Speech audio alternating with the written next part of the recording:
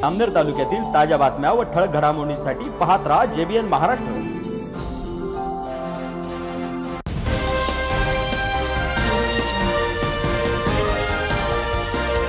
नमस्कार, मी मिनल चौधरी। पाहूया काही ठळक वृत्त।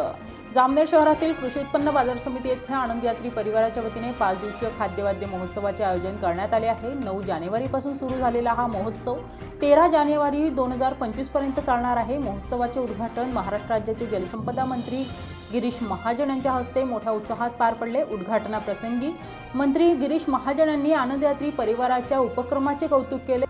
या महोत्सवामध्ये रसिक श्रोत्यांसाठी संगीत वाद्यवृंदांच्या अनोख्या कार्यक्रमांसोबतच विविध स्वादिष्ट खाद्यपदार्थांची रेलचेल आहे। जामनेर शहर आणि परिसरातील नागरिक मोठ्या संख्येने महोत्सवाला हजेरी लावून या महोत्सवाचा आनंद घेताना दिसत आहेत।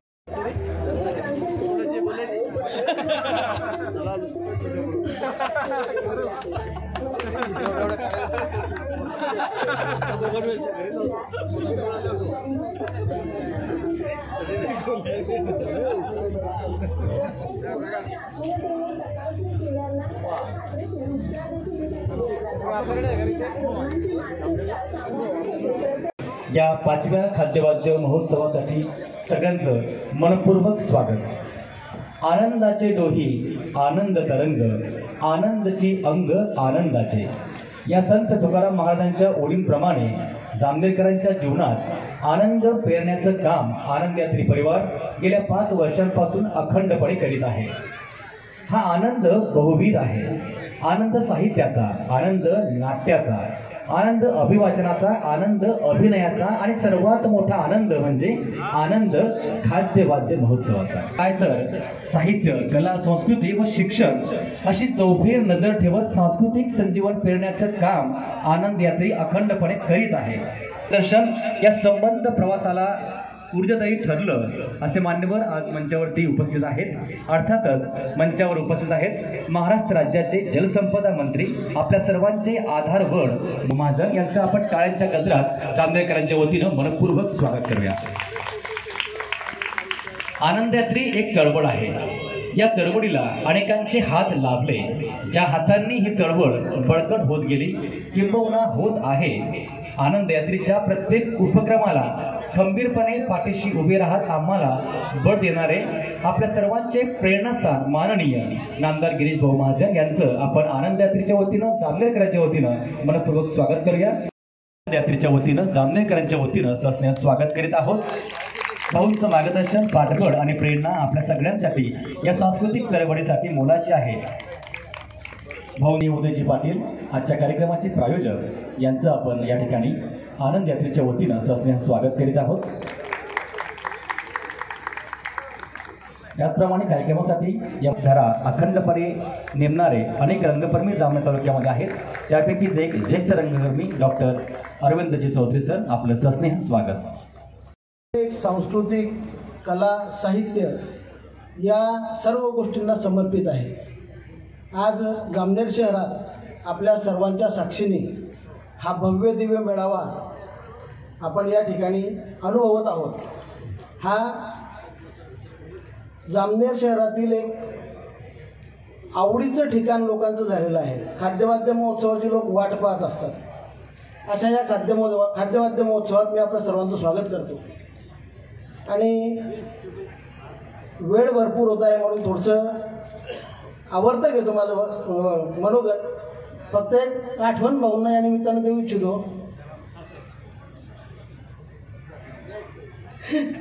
आपण जामनेर शहर स्वच्छ आणि सुंदर करण्याचा संकल्प घेतला आहे।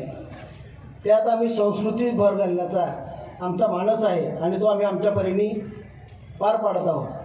ही सांस्कृतिक चळवळ टिकावी यासाठी असंख्य हात आमच्या पाठीशी यथायोग्य उभे राहत आहेत। आपलंही सहकार्य निश्चितच लागतं।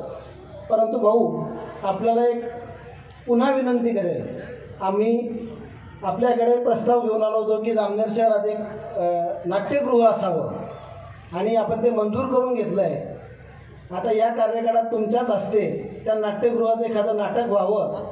तुमच्यासोबतचे जुने रंगकर्मी आहेत, तुम्ही तिघांनी चौघांनी मिळून एक नाटक केलं तरी आम्ही पाहून घेऊ। एक सुंदर नाटक तुमचं बसावं एक गमतीचा भाग सोडला तर भाऊंनी जामनेर शहरात बरीच विकास कामे केली आहेत, बरीच म्हणजे खूप केलेली आहेत. त्यातलं ठळक असं सोनबर्डी हे तर जिल्ह्यासाठी नव्हे आपल्या पूर्ण खानदेश परिसरासाठी एक उत्तम स्थळ झालेलं आहे. तसंच इथलं नाट्यगृहसुद्धा एक उत्तम पद्धतीने हाताळलं जावं, चांगल्या पद्धतीने ते बांधलं जावं ही आमची यावेळी अपेक्षा आहे. आपण ते लवकरच पूर्ण करा अशी आपल्याकडून अपेक्षा बाळगतो, फार वेळ घेत नाही. मध्ये त्यांनी छोटासा त्यांच्या काकांच्या स्मृती स्मरणार्थ काहीतरी कार्यक्रम घेतला होता. तिथून खऱ्या अर्थानं या आनंद यात्रेचं बीजारोपण झालेलं आहे. आणि मला या निमित्तानं असं वाटतं की नितीन भाऊ आणि गणेश राऊत गुरुजी यांचा या ठिकाणी सपत्नीक गिरीश भाऊंनी सत्कार करावा, कारण ही सांस्कृतिक चळवळ त्यांनी इथे रुजवायला सुरुवात केली. खऱ्या अर्थाने आमच्याकडे बॅक स्टेज कलाकार भरपूर आहेत, सर्वच आनंद यात्रे परिश्रम करतात. विशेष म्हणजे डॉक्टर आशिष महाजन रात्री 2 वाजेला झोपून 6 वाजेला परत सकाळी इथे असतात. त्या माणसाचं कौतुक करावं तेवढं थोडं.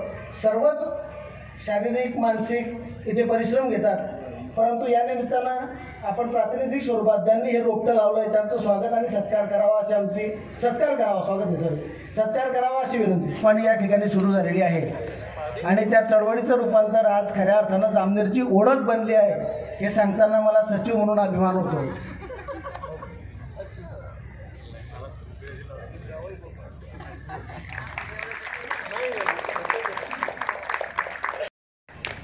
ची सुरुवात अशा पद्धतीने झाली, पण कला साहित्य या क्षेत्रामध्ये ही वाटचाल होत होती. परंतु आमच्या आनंद यात्रेच्या एक सदस्या रेणुका वहिनी म्हणजे ज्या सुहास चौधरींच्या होम मिनिस्टर आहेत, त्यांनी खाद्यवाद्याची ही संकल्पना पहिल्यांदा मांडली की जामनेरकरांना कुटुंबासह एन्जॉय करता आलं पाहिजे आणि म्हणून या दोघांचाही सत्कार झाला पाहिजे. म्हणून मी रेणुका वहिनींना विनंती करतो, सुरेश भाऊंना विनंती करतो की गिरीश भाऊंच्या हस्ते त्यांचा एन्जॉय करतो आणि म्हणून या निमित्ताने हा सत्कार गिरीश भाऊंच्या हस्ते. मंचावर उपस्थित सर्व मान्यवर, माझ्यासमोर बसलेले सर्व भगिनी आणि बंधूंना, आज खाद्यवाद्य संस्कृती महोत्सव त्याचं उद्घाटन झालं असं सर्वप्रथम मी या ठिकाणी जाहीर करतो.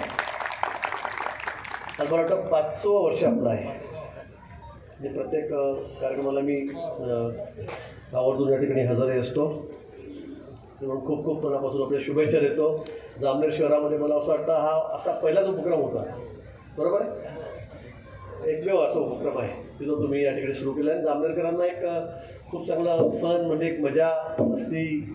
आणि मी आता सगळे स्टॉल बघितले, मला वाटतं पहिल्यांदा जितका मोठ्या प्रमाणामध्ये अगदी स्कूटर असतील, सगळ्या 4 व्हीलर गाड्या असतील, अनेक गाड्या म्हणजे अगदी लोणचे गिणच्यापासून अगदी उत्तर प्रदेशातल्या सगळे या ठिकाणी आपण आणून दिलं. मला वाटतं आज पहिला दिवस आहे म्हणून गर्दी कमी राहील, पण नंतर किती दिवस आहे आपला कार्यक्रम?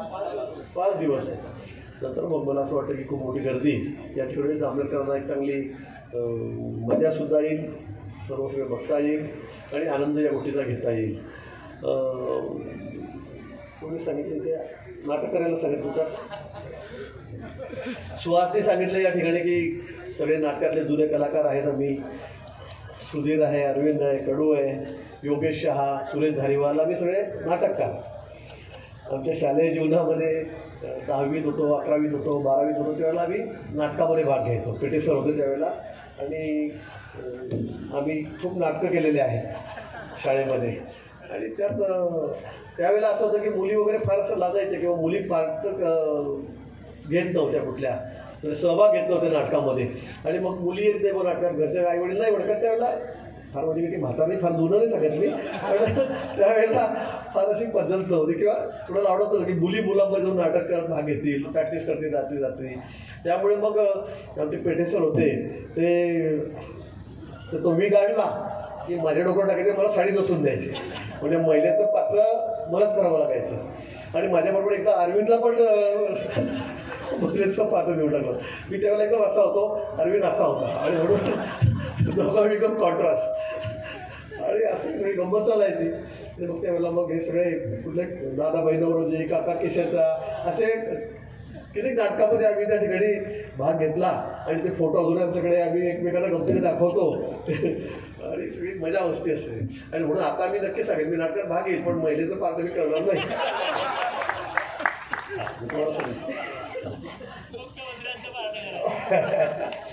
पण निश्चित गमतीचा भाग जरी सोडला तर अतिशय चांगल्या कार्यक्रमाला या ठिकाणी मला येण्याला आपण सगळ्यांनी मिळून एक चांगली टीम आपली या ठिकाणी जामनेर शहरात आपण तयार केली आहे आणि एक मेजवानी म्हणून जामनेरकरांना खाद्याची वाद्याची पण सगळ्याच गोष्टीसाठीचा एक अतिशय चांगला व्यासपीठ आपण या ठिकाणी उपलब्ध करून दिलेला आहे.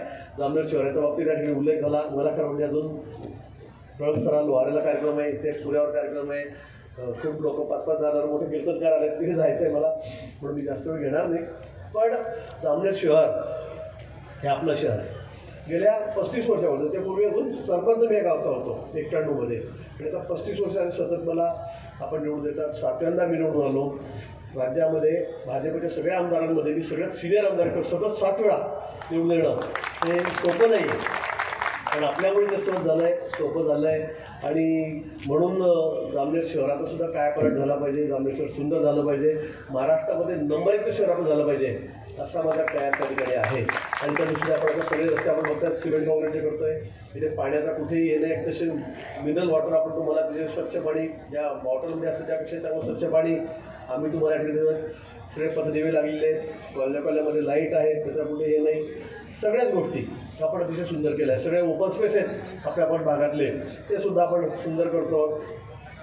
आता इथे एक प्रस्ताव आला किंवा ते ओपन स्पेस सगळ्या तिथल्या लोकांना त्या ठिकाणी मेंटेन करण्यासाठी एक समिती नेमा. खरं आहे काही ठिकाणी इतके चांगले गार्डन केले पण सगळ्या मुलांनी सगळ्या लोकांनी झाडं उपटून दिले, ते तोडफोड करून टाकली, घाण केलं. तर मला वाटतं ही आपली जबाबदारी कारण सगळ्या सोयी आपल्यासाठी त्याची जोपासना आपण केली पाहिजे. ते सुरक्षित सुद्धा आपण ठेवलं पाहिजे आणि म्हणून त्या दृष्टीने आपण समितीकडून कमिटीकडून त्याचा विचार त्या ठिकाणी निश्चित करूया. पण जामनेर शहरामधले आपण रस्ते बघतात, आपण सोनबर्डी त्या ठिकाणी बघतात. मला वाटतं आपण जे म्युझिक सगळे ते फाउंटन लावलेत तिथं कुठे बघायला मिळणार नाही. 7, 8, 10, 12 जिल्ह्यामध्ये 1-2 ठिकाणी असतील महाराष्ट्रात. ते आपण या ठिकाणी केले. सुंदर गार्डन आपण कल्पना केली नसेल की सोनबर्डीवर असं काही होईल. इतके सुंदर तिथे गवत सुद्धा काही उगवत नव्हतं, इतका खडकाळ प्रदेश तो आहे. पण विंचवाची टेकडी सगळे विंचू असायची तिथे पण तिथे सगळे खोदून तिथे माती टाकून आपण सुंदर अशी झाडं लावले, चांगलं गार्डन केलं, लॉन केलं आहे. अतिशय सुंदर आर्टिफिशियल तलाव तयार केला. त्याच्यामध्ये आपण ते फाउंटन त्या ठिकाणी तयार केले. मंदिर आपण त्या ठिकाणी सुरुवातीला बांधलं आणि अतिशय सुंदर असा परिसर केला की 4-5-6 जिल्ह्यातून सगळ्या ट्रिप आता सगळ्या विद्यार्थी शाळेच्या महाविद्यालयाच्या त्या ठिकाणी येत आहेत, लोक फिरायला येत आहेत. अतिशय सुंदर परिसर केला. आता आपण त्याला 2.5 किलोमीटरचा सिंथेटिक ट्रॅक केला. सिंथेटिक ट्रॅक रबर ट्रॅक पडायसाठी सायकल ट्रॅक केला 2.5 किलोमीटर त्याला लागून. त्याला पूर्ण वालकंपाऊंड केलं, त्याच्यामध्ये त्याला प्लॅन्टेशन केलं. म्हणजे 6 महिन्यामध्ये वर्षभरामध्ये इतकं सुंदर चित्र की आपल्याला वाटेल की आपण कुठेतरी परदेशात फॉरेनमध्ये कुठेतरी युरोपमध्ये का इतकं सुंदर चित्र त्या ठिकाणी निर्माण होईल. इतकी चांगली व्यवस्था आपण त्या ठिकाणी केली. यामुळे झालं की मी मागच्या वेळेला ग्रामविकास मंत्री झालो आणि बरोबर टुरिझम मंत्री झालो आणि त्यातून जवळपास 50 कोटी रुपये मी त्या ठिकाणी टाकून घेतले. तर त्यामुळे सगळ्या व्यवस्था आपल्याला करता आल्या. त्याचबरोबर आपण रस्ते बघितले, इतक्या झाडी इतकं आता तुम्हाला दिसेल बोगनवेल पुढच्या वर्षी या उन्हाळ्यामध्ये इतके चांगले फुलं येतील त्या ठिकाणी की लोक बघायलाच येतील. मध्ये रस्त्याच्या मधोमध इतकं चांगलं प्रमाण आपण पळासखेड्याच्या पुढे गेलो, लोकांना फिरायला जावं लागतं, यावं लागतं. म्हणून दुतर्फा आपण अतिशय व्यवस्थित भाजी ट्रॅक टाकलं, लाईटांची व्यवस्था केली. आता झाडांची व्यवस्था आपण त्यात करतो, गार्डनिंगच करतो. त्याच्यामध्ये सगळ्या व्यवस्था आपण केल्या आणि भुसार रोडला असेल, बोदर रोडला असेल, पौर रोडला असेल, सगळे रस्ते आपण बघतात. 4 पदरी रस्ते आपण त्या ठिकाणी केलेले आहेत. आणि त्याचबरोबर सगळ्यात महत्त्वाचं म्हणजे आपलं वाघोर धरण गारखेड्याच्या पुढे 2 किलोमीटर आपण वाघोर धरणावर गेला तर मध्ये मोठं आयलंड आहे. त्या आयलंडमध्ये जवळ 60-70 एकर जमीन असेल आणि त्या टेकडीवर आपण त्या ठिकाणी पाण्याच्या मधोमध जाऊन बोटीतून जावं लागतं. तिथे 100 रूमचं हॉटेल केलेलं आहे, चांगले छान छान रिसॉर्ट केलेले आहेत एकदम सुंदर. पाण्यामध्ये जे काश्मीरला डल लेकमध्ये आहे तशा हाऊसबोट आपण तयार केल्या, तशा सुंदर तिथल्यापेक्षा सुंदर तशा हाऊसबोट केलेल्या आहे. एका बोटीमध्ये 4-4, 5-5 रूम आहेत राहायला, AC, टॉयलेट बाथरूम अटॅच आहे, वरती मोठे डेग आहेत, तिथे पार्टी असेल काय असेल करायला कवर्ड आहे. ती इतकं सुंदर आहे की आपला विश्वास बसणार नाही. इतकी सुंदर व्यवस्था आहे, इतकं चांगलं गार्डन. इथल्यापेक्षाही आपण वाघोरला त्या ठिकाणी केलेलं आहे. इथून एक 5-6 किलोमीटर मतामध्ये जावं लागतं. तिथे सुंदर रेस्टॉरंट आहेत, सगळ्या व्यवस्था आहेत आणि आपण एकदा निश्चित बघावं अशी माझी इच्छा आहे. त्या ठिकाणी आपण नक्की जावं. ते सुद्धा आता पुढे भविष्यामध्ये अजिंठ्याला येणारे लोक त्या ठिकाणी राहायला येतील. इतकी चांगली व्यवस्था आपण त्या ठिकाणी केलेली आहे, अजून करतो आहे. आणि म्हणून मला असं वाटतं की नुसतं गार्डन पुरतंच नाही, ह्याच्यापुरतं नाही, पण आता सिंचनाच्या दृष्टीने माझ्याकडे जे खातं आलं तर जलसंपदा खातं, त्या दृष्टीने सुद्धा अतिशय महत्त्वाचं खातं माझ्याकडे आलेलं आहे. आणि त्यातून त्या तालुक्याचा विकास कसा होईल, सगळ्या शेतकऱ्यांना पाणी कसं मिळेल, बागायती कशी होईल, चांगलं त्यांना दुबार पीक कसं घेता येईल, यासाठी आपला प्रयत्न राहणार आहे. आणि खूप मोठा निधी आता 800 कोटी रुपयाचे टेंडर काढून घ्या, जवळपास 4,500 शेतकरी करतोय. त्यातून 65,000 एकर जमिनीला पाणी मिळणार आहे 24 तास. आता पुन्हा नागपूरचं धरण आपण करतोय, ते 1,000 कोटी रुपयाचं टेंडर त्याचा महिन्या 2 महिन्यामध्ये काढतोय. त्यातून 5.5 टीएमसी पाणी, तापीचं पाणी आणून नदीचं आपण इकडे आणतोय. तेही 2 वर्षामध्ये पूर्ण होईल. 100% तालुका आपला इरिगेटेड होईल. 100%. कुठेही कोरडी जमीन तुम्हाला दिसणार नाही. रावेर यावल तालुक्यात जसा सगळं 100% जमीन पाण्याखाली आहे, तशी व्यवस्था आपण आपल्या तालुक्यामध्ये या ठिकाणी करतोय. त्याचबरोबर बाबासाहेब आंबेडकरांचा पुतळा आपल्या शहरामध्ये पुतळा नव्हता कुठे, अतिशय सुंदर असा पुतळा बाबासाहेबांचा आपण त्या ठिकाणी स्थानापन्न केला आहे. शिवाजी महाराजांचा पुतळा, म्हणजे आपल्याला तर गावाचा काही वैभवच आहे खरं म्हणजे. म्हणून त्याचं काम सुरू आहे, एक 15 दिवसामध्ये पूर्ण होईल. पण देशामध्ये एवढा मोठा सिंहासनावर असलेला पुतळा कुठेच नाही. तो सगळ्यात मोठा पुतळा आपण बनवून घेतलेला आहे. आणि इतक्या मध्यवर्ती ठिकाणी केलेला आहे की गावात येणाऱ्या माणसाला असं वाटतं की बापरे काय आहे गावामध्ये, म्हणजे आपलं वैभवच आहे, तो आपण त्या ठिकाणी बसवलेला आहे. अशा अनेक गोष्टी आहेत. आणि अजून भविष्यामध्ये अनेक आपल्या कल्पना आहेत की जे आपल्याला पूर्ण करायचे आहेत. MIDCचे 2,000 एकर जमीन घेतली, आता 2-4-6 महिन्यामध्ये आपल्याला तिथे दिसेल की तिथे काम सुरू दिसेल. तिथे आपले मोठे इंडस्ट्री प्रकल्प त्या ठिकाणी येतील, रोजगाराचा प्रश्नही त्या ठिकाणी मिटेल, असा माझा सगळा प्रयत्न आहे. खूप मोठे लांब गोष्ट सांगावी लागेल, मला सगळ्या गोष्टी सांगाव्या लागतील मला, पण सर्वच मी या ठिकाणी सांगत नाही.